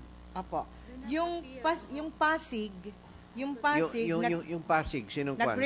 nag-reply ho yung Pasig. In regards to which We were notary? informed that the name of Attorney Mark Oliveros and his PTR number do not appear in their records. This is Pasig. Yeah. Pero dalawa ho kasi yun eh. Meron din siyang Taguig. Okay. Same number, but Taguig did not reply. All right. But insofar as Pasig is concerned, negative po. What about Talabok and Agkawili? Na-trace mo ba sila? Did you check with the role of attorneys whether they exist?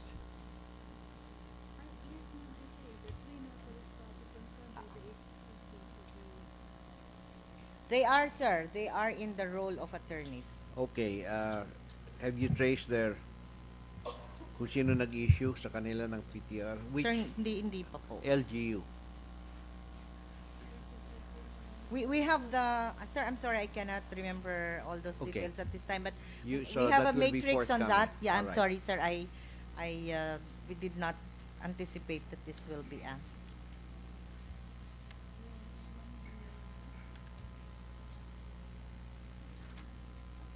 May we have that within the week, Madam Chairperson? Yes, sir. We Thank you.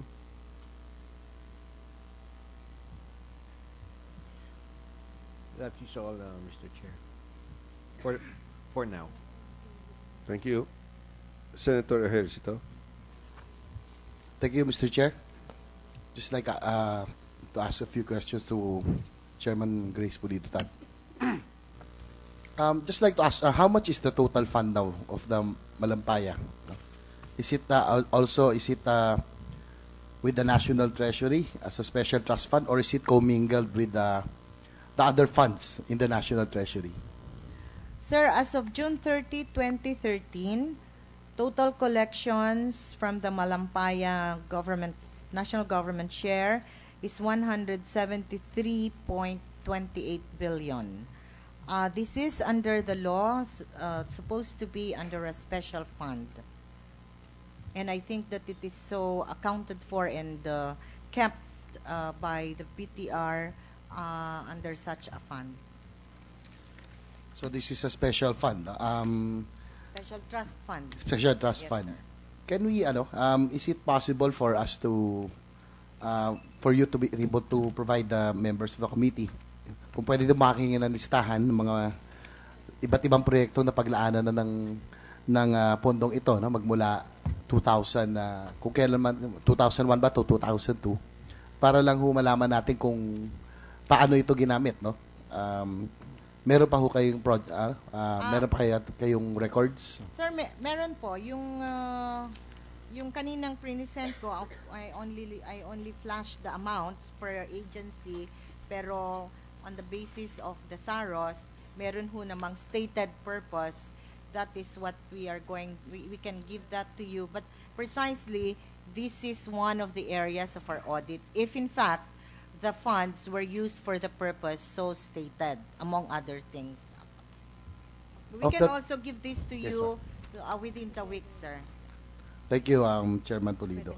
Likewise, Mr. Chairman, of the total releases of Malampaya Fund, how much is exactly or was actually used for energy related projects? Sir, as of now, hindi pa ho namin ma-determine kasi hindi pa ho namin nakumpleto. Because there are so many agencies which, including all those to which they downloaded, mga 600 agencies na po yun. I mean, implementing agencies. 600 agencies. So, marami rin pala. Anyway, Ma'am, Ben Hurloy was quoted, no, in the previous hearings of the PDAF scam as meron daw 900 million available through Secretary Pangandaman during that time. Are these the same funds that eventually ended up with said NGOs? Lahat ng yung buong 900 million na yun? I cannot say I cannot relate to what Ben Harloy said, sir, but yes, we have here 900 million that was given to 12 NGOs, and that these 12 NGOs, as we know now from all the reports and the revelations in the past year, are linked to Mrs. Napoles. We cannot say, I'm not saying that these are Napoles NGOs, but definitely ito po yung mga nalilink sa kanya. Kasi 20 lahat yun eh. Yung 8 nasa PDAF, itong 12, ito yun. Ilan po yung nasa PDAF again? 8 8 po. lang, no? So, yung sa Malampaya, mas marami pa lang. 12 po. 12. Gaya na nabanggit nyo kanina, yung lahat halos ng na-identify are all Napoles-related NGOs. Linked to Napoles. Linked. Apo. And Madam Chair, I'd just like to ask also, as early as 2011, kayo na po bang chairman ng COA at that time? Opo. And were you aware already of some controversies, no? Like the Malampaya Fund was released through DAR for victims of calamities, and recently it was also used to to purchase the MV Gregorio del Pilar, which clearly are not purposes for which they were intended. Has the COA made any special audits or during those times? Sir, nung 2011, itong audit na ho ito, as I explained earlier, ako po yung nag-initiate. Kasi when I came in, I found out that these releases under the Malampaya Fund were being quote-unquote accounted for under the DOE, although hindi naman dumadaan sa DOE. And then, yung mga na napupunta sa mga ahensya, hindi naman na-audit doon sa mga ahensya na yon. So parang at that time, we were not even very sure how much exactly was being disbursed and to whom and for what purpose.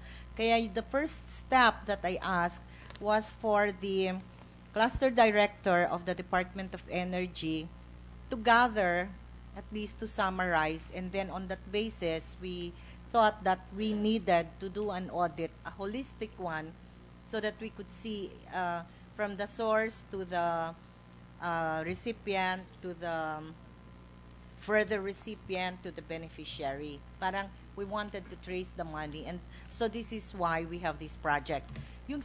I was not aware, sir, of any controversy or any misuse of the money at the time. I think I authorized this audit in October of 2011, so that was like 3 years ago, and I wasn't aware. I mean, it was like, trabaho lang po, na ito nakita namin, siguro dapat ganito ang gawing mabuti, no? But there were already 3 fraud audits involving the Malampaya funds na nadatnan ko and which were completed during my term. These are the audits of the Malampaya share of the province of Palawan, the city of Puerto Princesa, and the 2nd Engineering District of Palawan. A total of projects worth 2.7 billion. At ito po ay na-endorse na rin namin sa ombudsman noong 2012 pa po. So I think that investigation based on our report is also ongoing. And finally, on what you said, the MV Gregorio del Pilar. MV, that's also part of the coverage of our audit, sir, of this present one. So ma'am, yung running balance natin, again, for the record, no, nasa 140 billion pa, 130, yung Malampaya Ang funds alin na. po? Yung running balance As ng of pondo. June 30, 173 billion, tapos 38 ang nakalabas. So, sir, yeah, mga 125, 135 billion pa dapat. So based As of on June 30. and also ma'am, based on your testimony, no, yung parang karamihan ng pondo hindi nagamit for energy related projects. Marami po sa stated purposes ang mukhang hindi energy related. Calamity related, yes, marami din yan. Yung mga pumutok ang bulkan sa yung Mayon, kaya meron ho yung province of Albay and the city of Tabaco. Yung mga nasalanta ng Pepeng, Ondoy, ganon, marami ho dun.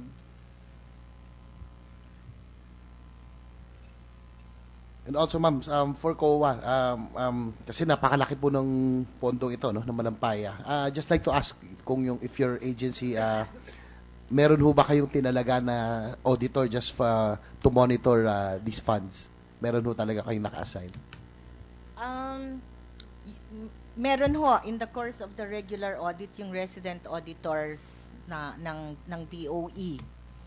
Kasi sa DOE ho nagre-report kung magkano. Kumbaga parang siya yung coordinating agency because it's under the Department of Energy.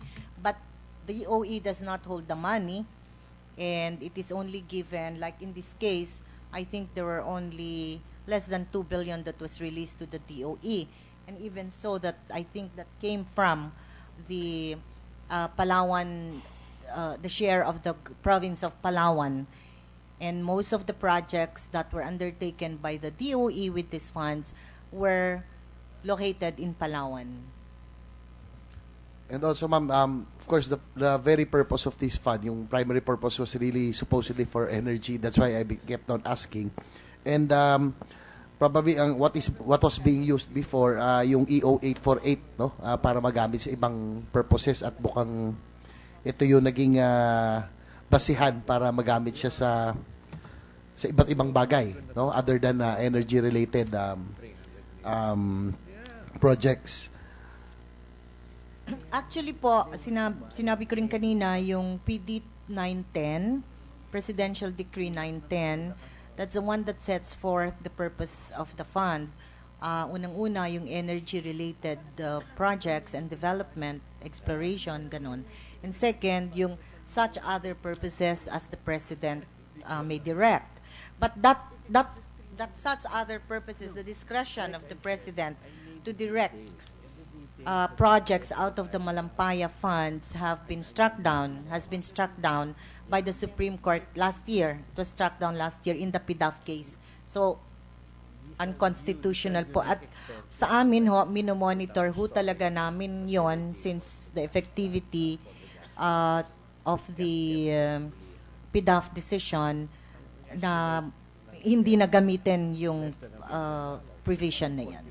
The reason I asked Mr. Chair also is because of the looming energy crisis, we are hoping that the running balance, so whatever is left, would be really used, no, for energy related, no, lalo, especially for explorations and other energy related projects, no, for which the Malampaya Fund was really created for that purpose. Ma'am, tanong ko lang yung doon sa DAR and DBM, wala ho bang cross-check dyan na ginagawa bago ma-release yung mga pondo? What do you mean cross-check po? Yung wala bang verification, kumbaga parang post na, no? Pag parang nagbibigay ng, halimbawa, na-release na nila, yung audit, parang sabi nyo kanina, merong sort of compliance, yung iba, pero marami, wala. Hindi na ho ba sila required to... You mean COA to verify? COA to verify po? Ganon? Siguro yung accountability through the DBM or whether COA or DBM, hindi ba ho sila humihingi ng parang report nung pagkatapos nung pagka-release? Parang ano na tulad doon sa PDAF, pagka na-release, parang wala na ho talagang post audit or... Actually, meron naman ho Tingnan nyo ho sa MOA, merong ganon. Tingnan nyo sa rules and regulations ng COA, merong ganon, yung mga reporting requirements, no? In fact, hindi nga pwedeng magbigay ng pondo ulit hanggat hindi na-liquidate yung unang binigay, no? But in this case, we found that there were instances na, kasi hindi lang minsan nilang binigay several tranches din ho ang pagbigay nila sa mga NGOs. Walang liquidation, pero nagbibigay pa rin. So, DA is supposed to have put the brakes there, but obviously DA did not do it. Now, insofar as COA is concerned, I note that these transactions were undertaken in 2009. Nung panahon ho na yun, may post-audit kami. Pero hindi ko rin ho alam kung na-post-audit. Kasi at that time, yung post-audit namin, maybe one of the reasons, I'm just speculating, sir, 50 million and above na transaction, inutay-utay ho ito 10 million and below. Baka kaya siguro hindi na dumaan, o kung dumaan man, baka wala ring nakita. So, hindi ho garantiya talaga. I mean, I think that in spite of all the best intentions, in spite of the best crafted laws, rules and regulations, at the end of the day, ang magpapatupad po niyan tao. And I think that yun ho siguro ang kailangan nating i-address. How our implementers are executing on the job. Because we have all the rules. We have GPPB rules. We have the RA 9184 procurement. They're more honored in the breach than in the performance, Your Honor. Thank you, Chairman Grace. Mr. Chair, also, siguro last na tanong ko na lang ho. Yung, kamusta naman ho yung releases from 2010 to 2013 of the Malampaya funds, wala naman hong reported irregularity. Kasama po sa audit namin yung Kasama na po. releases from 2010 to 2013. Ang coverage Ongoing po, po, ma'am. ang Ongoing. coverage po ng audit namin up to June 30, 2013. Now siguro the question is from July 1, 2013 to the present, binabantayan po ba namin yan? Opo, binabantayan po namin.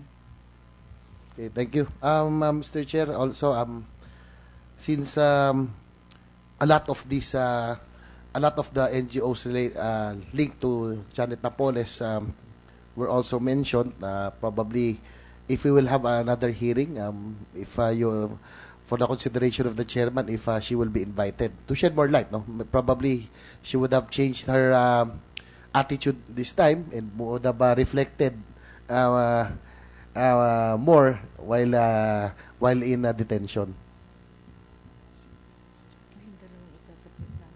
Yes, most definitely.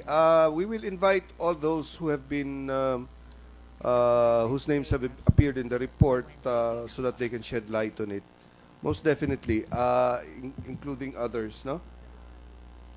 It's just that what's important now is that we start with the report that started it all, and this is the COA report, Senator Ejercito. Thank you, Mr. Chair. That's all. Senator Pimentel? According to Senator JV, there are 12 NGOs and they're all linked to Janet Napoles. May we know who linked them? And what's the link? Sir, as I said, I'm speaking from events that transpired in the last year or so, where. But you also mentioned that the names of the NGOs Yes, here sir, are different from the PDAF. Yes, sir, because so I think there was one hearing where, these were carried in the media, and then, nakalista, sir, 20 NGOs, and I think that in the hearings when Ben Harloy was here, I think he was also mentioning this NGOs. So that's why I said, kaya nga po hindi ko sinasabing kay Mrs. Napoles, I only said that these are Napoles linked from what we know now of circumstances that happened in the past year. Okay, but the link does not appear in your audit reports. We do not go that far, Your Honor. No. Okay, so we will just accept the linking of Janet Napoles to these 12 NGOs. Is that what we will do, Mr. Chairman? We will assume that she is linked to these 12 Well, NGOs? it's just a matter of verification. We'll go through the records, and I was told that they're all mentioned. The 12 are mentioned in either in the affidavits, yes, or in the affidavits, transcripts of in the PDAF affidavits. hearings. Yeah, but not in the COA Not in our Okay, so report. that's very Yes. clear. So, okay, that would be all, Mr. Chairman. One last, Mr. Chair. Senator Osmeña? Yes, okay, so we're looking for commonalities and we're unsure what you know officially and also unofficially from past hearings conducted here in the Senate, covering more or less the same MO utilized in other scams, no? Commonalities ulit. Bank accounts po. 900 million. Were they deposited like in 2, 3, or 4 branches? We will check. We will go back to our working Alright, papers, will you sir. do Pero that? yung apat na NGOs, they go by pairs, no? 2 pairs of NGOs had one bank account in Metrobank. One bank account yung apat na. Hindi, sir, dalawa, isang account Metrobank. Yung another pair of NGOs, one account also in Metrobank. That one we put in our report. In other words, they had a joint account. Hindi ko pa nakikita yun Isang account number, sir. That's why it must have been a joint account if it were. But we could not access the bank records. We were just going by the yung mga nakalagay na account, mga endorsements sa likod po ng check. Okay. But you know the bank branch. Naka-indicate ba? I think so, yes sir. Oo, naka-indicate. All right. That will be all for now. Thank you, Mr. Chair. Naka-indicate po yung bank account tsaka branch ng bangko, ano po? I think sir, on the likod Kasi of sa the cheque yun yes, eh. Sir. Oo. Opo. So, all the 900 million, you've been able to trace. Kasi yung cheque may return. Kung saang account? Yes Oo. sir. Yes sir. So, kompleto napunta lahat 900 million sa 12. So, Sa 12 NGOs. Yeah. May Okay. mga account numbers, yes sir. Okay.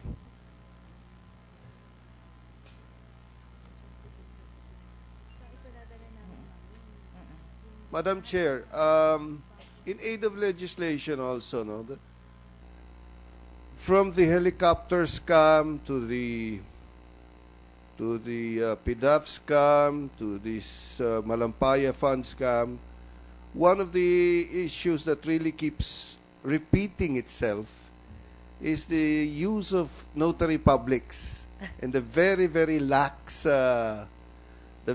lax documentation of the authenticity or the difficulty in ascertaining the validity of the notary publics. No, I think being a lawyer, it seems clear to you that there is some tightening of the rules and the laws that will govern the notary publics, don't you think? Sir, now I think the Supreme Court has come up with new rules. For the last 3 years or so, kailangan nang pumirma mismo doon sa notarial book yung mga partido. Doon na sila mismo pumipirma. So now, you just don't give a piece of paper to a notary public and then bahala na siya maglagay ng numbers. No, you also have to be there and sign the notarial book. I think that's one innovation that the Supreme Court has made. Although I don't know the extent of compliance with that, but I think that's a good one. Kung may mga nakakalusot pa rin ho siguro, pero I think that maybe the notarial law can be further strengthened. And I think also, sir, that the disciplinary measures, appropriate disciplinary measures, should be carried out with dispatch, because for me it's an impression of impunity. So what? I mean, so many notaries public have been mentioned in these inquiries in the Senate. I mean, from so many years back. But I don't know what has happened to them. Were they ever disciplined? Were they even called to account? I don't know. But for me, I think that would be the best deterrent. So there you have it. We have one area that is ripe for legislation, improvement in the safeguards and in the disciplinary measures. Yeah. No. Second, ma'am, is this another recurring issue in all the scams that I've in almost all the scams I've seen in my stint as a blue ribbon chairman is the issue of forged signatures. It seems today, now with this age of modern technology, it's so easy to copy a signature and make it appear as genuine. Do you have any thoughts on the matter, ma'am? Sir, yung e-signature nga pwede nang acceptable in evidence na nga eh. The electronic signature is also acceptable already, and I don't think that there are physical manifestations like a regular signature that a trained eye can look at to make sure that so it's really a reliance on the trust that you repose on the other person, how good that is. But sa amin po as auditors, we always ask them to confirm their signatures. Noon, maybe this is when we would ask, they would readily say, oo, signature ko yan. And then pag they find themselves in a difficult situation na hindi ko pala signature yan, or magpapa ng how do you call that, the examination by by an expert, no? After the PDAF, actually, sir, our experience, it has been more difficult now to ask anyone to confirm his or her signature in any document. Parang ayaw na nilang mag-commit kung signature nga nila yan o hindi. But I think in the course of any decent human dealing, if it's your signature, it's your signature. And I think no matter how you say it's not mine, there will always be there's always technology that will help or assist in verifying that or confirming that it is in fact an authentic signature. Sir, parang yun ba magiging proper area of legislation? I think what would be is, again, to be more strict on those who pass off signatures as who forge signature, the forgers siguro of the signatures. So more on the on the penalty, the punitive the side punitive of side. it. I see. And again, we have the issue of NGOs, no, that deal with government, and we see from your recommendations a blacklisting of the NGOs. Do you recommend a central repository where all NGOs blacklisted can be accessed so that it can be verified, so that no anybody in the country can dealing whether it's an LGU in Palawan or an LGU in Cagayan de Oro can verify whether this NGO is okay or not? Sir, in the GAA of 2014, there is in fact a provision that the DSWD, I think, has been mandated to come up with some kind of an accreditation. Yes, the And in DSWD. fact, yes, sir, together with the DBM. And in fact, we are in the process of working together to come up with a joint issuance on precisely accreditation of NGOs. Yes, that was taken up last time because DSWD has the experience already in dealing with NGOs. Yeah. Yes, sir. Yes, sir. So that's in the works. So you're coming up with it jointly with DSWD. That is the ideal situation, sir, para sana iisang dokumento na lang ang titingnan ng mga nakikipag-deal sa mga NGOs, no? Kasi on our end, what we want to see there are the accounting and the auditing provisions of the guidelines, no? Because they also have a lot to do with the fitness of an audit of an NGO or the accreditation of an NGO for that matter. So we are working now with DBM and DSWD for the finalization of these guidelines. Nasa stage na po kaming yon. Malapit na pong ma-finalize. Okay, very good then. In that case, there being no other senators that wish to ask questions until further notice, these hearings are hereby suspended. Thank you very much for coming, ma'am.